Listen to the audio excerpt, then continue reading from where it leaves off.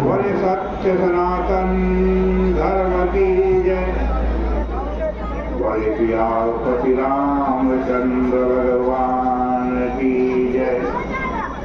पतित पावनी कलिमल हरणी मंगलकारिणी मोक्षदायिनी मां गंगा मैया का ये पवित्रतम तीर्थ हर की पैड़ी ब्रह्मकुंड है।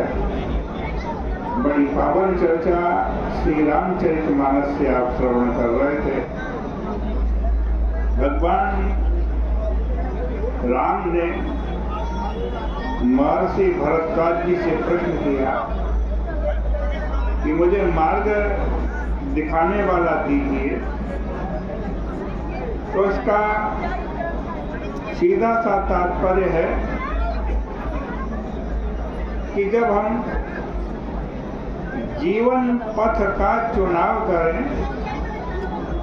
तो अपनी बुद्धि से न करें, क्योंकि अपनी बुद्धि और अपने अहंकार से यदि करेंगे तो पता नहीं जो मार्ग हम चुनेंगे वह उच्छृंखलता और पतन की ओर हमारे को ले जाएगा या उत्थान की ओर ले जाएगा। ये चिंता बनी रहती है।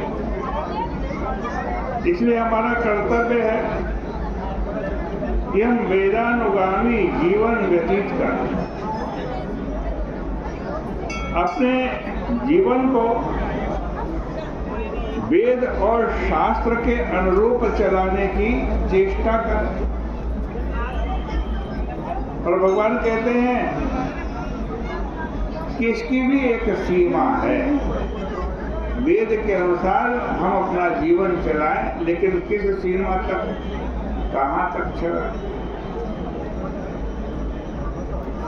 और वो सीमा है भगवती यमुना जी। इसलिए इस पार से तो विद्यार्थियों को विदा किया और पार होने पर जब प्रभु चले तो वहां पर बड़ा सुंदर प्रसंग आता जिसे रामायण पढ़ने वाले सभी पाठकों ने पढ़ा होगा। प्रसंग का प्रारंभ करते हुए बड़ी सांकेतिक भाषा में गोस्वामी जी ने कहा कि जैसे ही प्रभु ने यमुना जी को पार किया तो लोगों को दिखाई पड़ा अवसर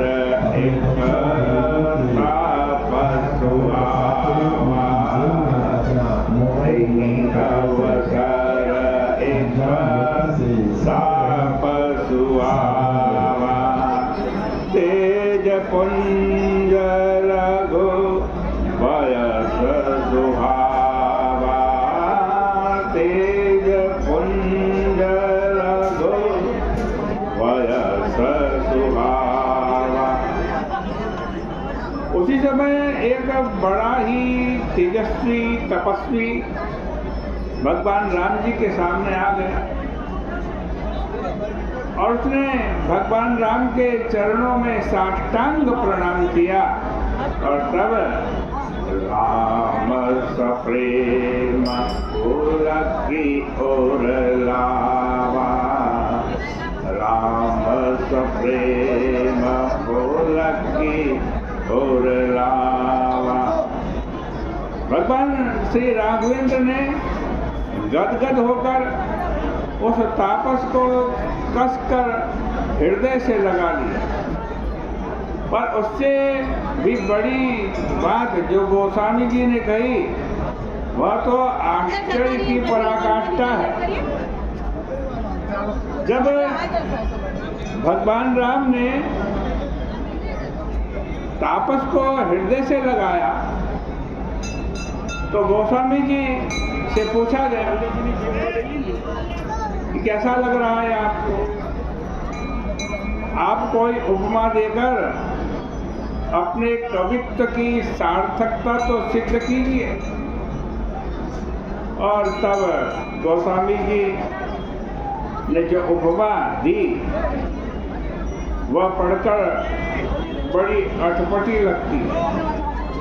गोस्वामी जी कहते हैं कि श्री राम ने उसे हृदय से ऐसे लगाया जैसे परम रंग जनो पारस पावा, परम रंग जनो पारस पावा। जैसे किसी